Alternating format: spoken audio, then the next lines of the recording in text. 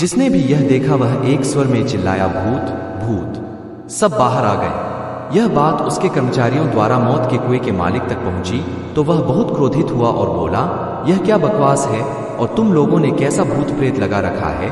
सारा मेला लगा हुआ है और यहाँ भूतों को रखा गया है, पर लगता है तुम लोग काम नहीं करना चाहते, बस मुफ्त के पैसे चाहिए। चलो अगले शो की तैयारी करते हैं। लेकिन अगला शो भी पूरी तरह खाली रहा क्योंकि अफवाह फैल गई थी कि कुएं में भूत है। अब मालिक का गुस्सा 7वें आसमान पर पहुंच गया है और उसने अपना गुस्सा अपने कर्मचारियों पर निकाला है। उसी रात जब मालिक गहरी नींद में था तो उसने तेज रफ्तार से बाइक चलाने की आवाज सुनी। उस आवाज से उसकी नींद खुल गई। वह गुस्से से बुदबुदाने लगा।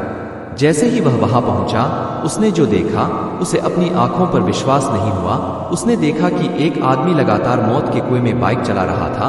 उस आदमी ने अपना सिर नीचे कर रखा था। मालिक ने उसे आवाज लगाई लेकिन बाइक चालक ने कोई जवाब नहीं दिया। उधर यह आवाज आसपास के पूरे गांव को सुनाई दी। हर कोई सोच रहा था कि इतनी देर रात ये कैसी आवाज आ रही है। सबको डर लग रहा था। फिर भी कुछ लोग हिम्मत करके गांव के सरपंच के साथ मेले में पहुंचे। श्यामलाल के साथ गुंजा भी वहां पहुंची।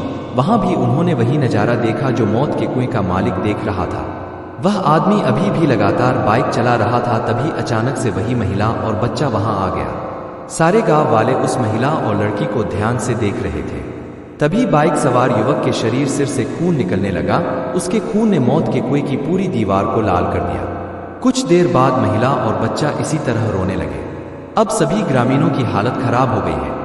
कोई नहीं समझ पा रहा था कि ये कौन लोग हैं। तभी मौत के कुएं का मालिक फिर चिल्लाया, सुन नहीं रहे हो? कौन हो? लोगों को क्यों डरा रहे हो?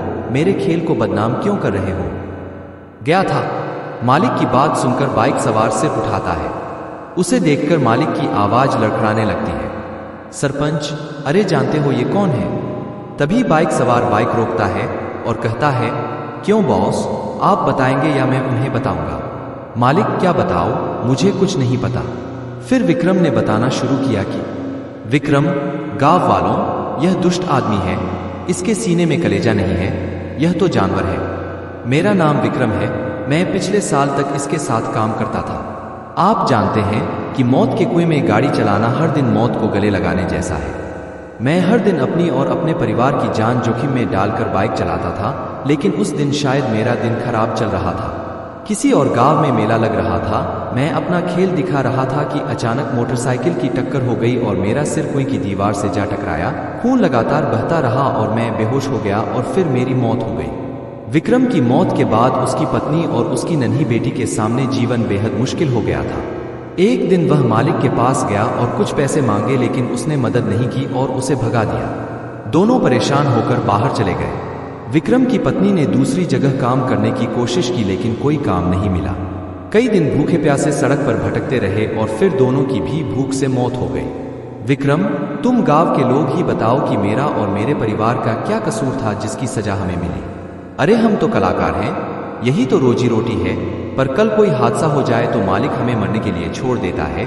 हम तो जिंदगी भर आपके सुख मनोरंजन के लिए काम करते हैं और बदले में हमें क्या मिलता है? विक्रम की बात सुनकर गांव वालों ने मालिक को मारने के लिए घेर लिया।